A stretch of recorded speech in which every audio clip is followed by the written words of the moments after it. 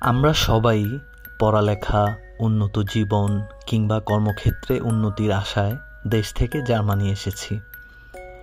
দেশে পরিবার পরিজন রেখে প্রবাস জীবনযাপন করাটা আসলে খুব একটা সুখের অনুভূতি দেয় না।